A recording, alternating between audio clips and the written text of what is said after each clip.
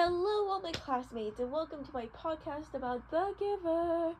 And I hope you like it, but you probably won't. Ha ha ha. Anyways, let's get into it, and you're probably gonna read, listen, or whatever if you want to listen to it again, but you probably won't, because you probably will hate this. Because, again, this is a school assignment. You don't like school assignments. I don't like school assignments, but we have to do this, okay? So you gotta listen. Okay, it's not your choice, it's the teacher's. Okay, so you're gonna listen. Okay.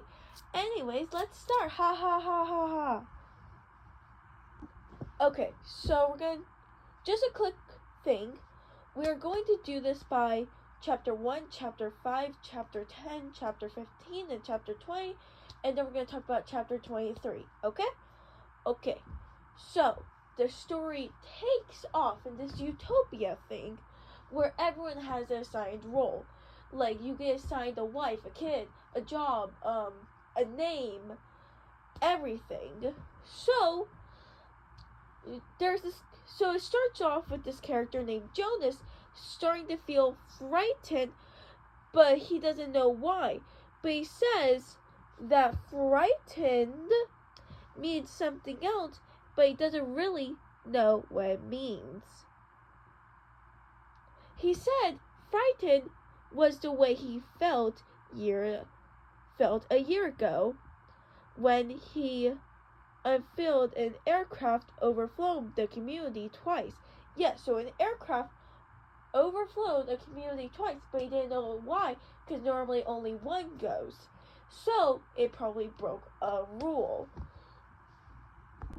Because he said he has never seen an aircraft so close, for it was against the rules for pilots to fly over the community occasionally when he supplies or delivered the cargo planes, and that's how they get the food. But he has never seen that so low before, so it's odd for him. But then the speaker went, "Hey everyone, please drop your bikes where you left them, and please go home."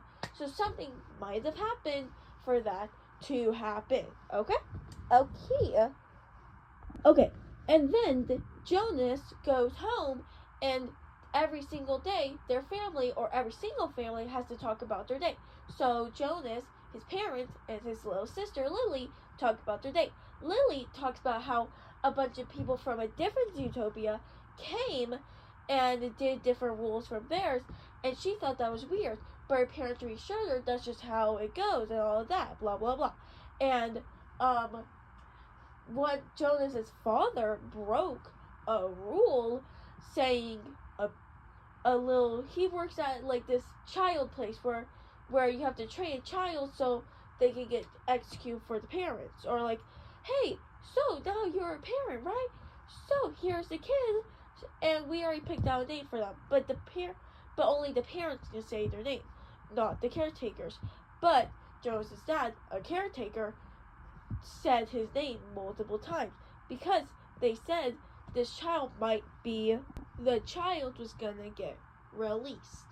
Jonas, not knowing release was, only knowing that was for the elders, did not know what that meant, so he carried on his day. Then, let's talk about the next chapter. Okay, now it's time for chapter 5 of The Giver. By the way, just a warning about this chapter. Boy, is Jonas being a little... how do I say this? I'm not gonna say it, but I think you'll know, my nerdy classmates. Haha. Okay, so, it starts off Jonas. It's about the morning talk for breakfast. The parent, Jonas, and Lily talk about their dreams.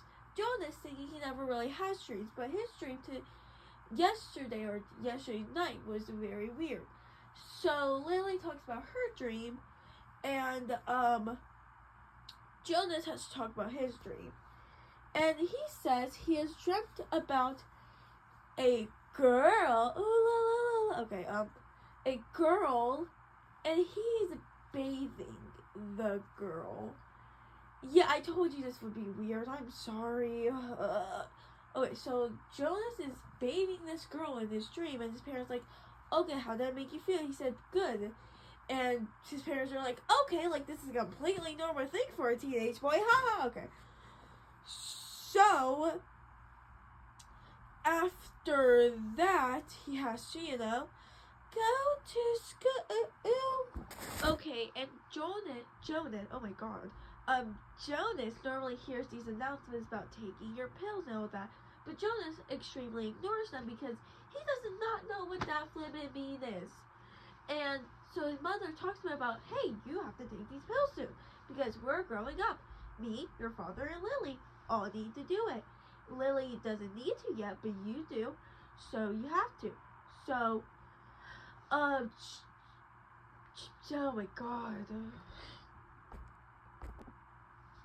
Jonas recently ignores these announcements that go off about pills, but his parents take the pills, and soon Lily would. So he asks his mom what the pills are, and his mom gives him an explanation of what the pills are and what they do. So she tells him it's about just healthiness and all of that. Probably a lie in my opinion. Anyways, there'll be something later. So he has to start taking these pills. He does not want to, but he kind of has to. It's law, like, grr.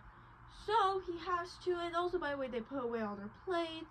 Yeah, after their talking about weird dreams. I don't know. So yeah, let's move on to a few more chapters. Yay!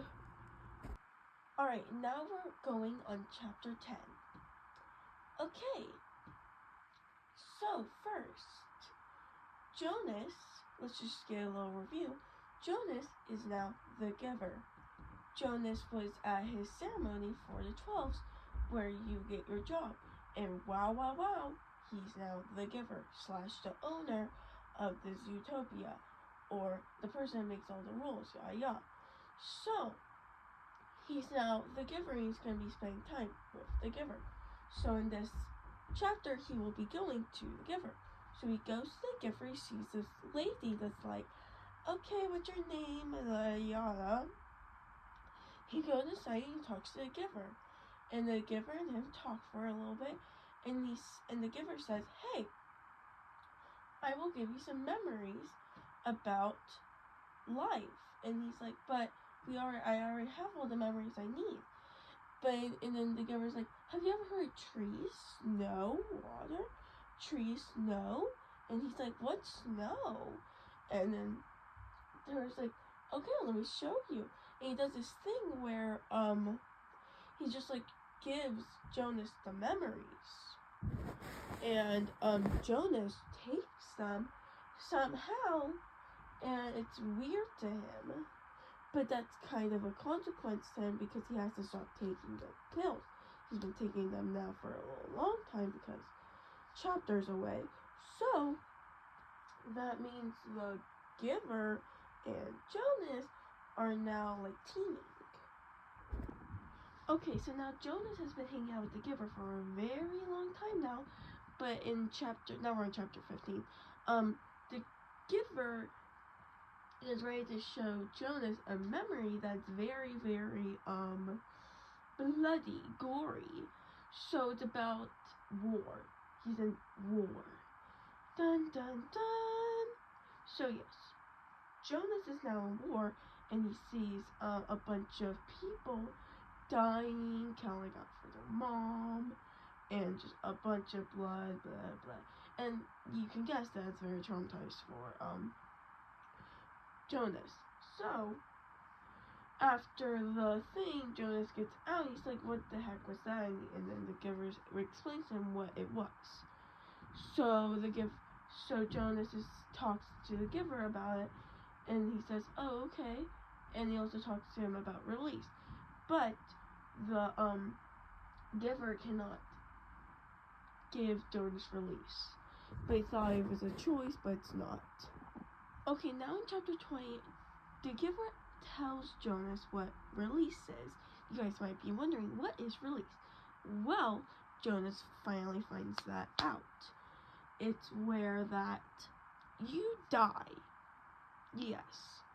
Release is where you die. And Jonas just finds out that that the giver, the receiver of memory, has been killing all these people, and he's like, I'm going to be killing people? I don't want to do that.